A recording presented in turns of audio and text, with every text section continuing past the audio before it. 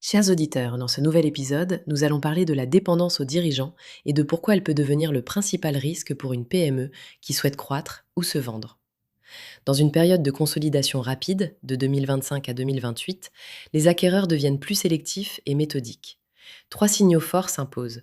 Les multiples se resserrent et une entreprise dépendante du dirigeant peut perdre entre 15% et 35% de valeur potentielle. La due diligence devient plus intrusive et les acheteurs analysent non seulement l'organigramme, mais aussi les rituels, les flux et les décisions réelles. La transmissibilité est désormais un critère de tri initial, écartant de nombreux dossiers avant l'analyse financière. Le cœur du problème est simple. L'organisation a été pensée autour du dirigeant, signature, grand compte, recrutement, arbitrage.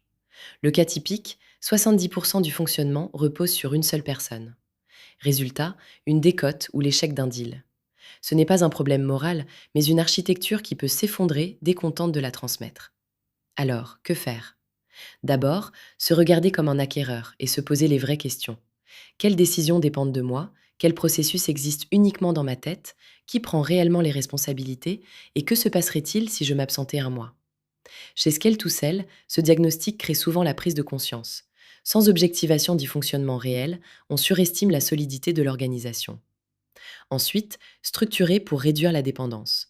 Transformer le savoir tacite en savoir transmissible. Concrètement, formaliser les routines clés, cycle commercial, rituels de pilotage, gestion client.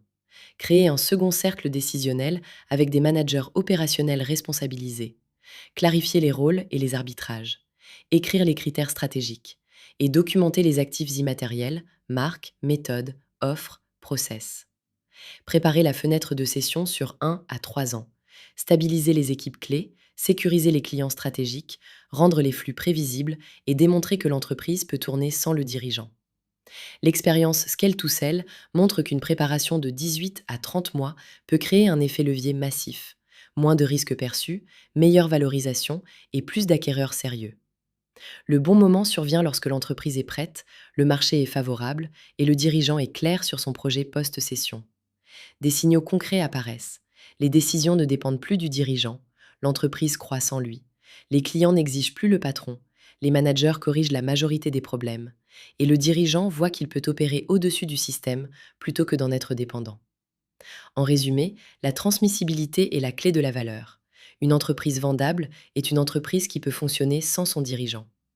Chez Scale2Sell, nous accompagnons les dirigeants pour structurer, documenter et rendre leur société réellement désirable pour les acheteurs.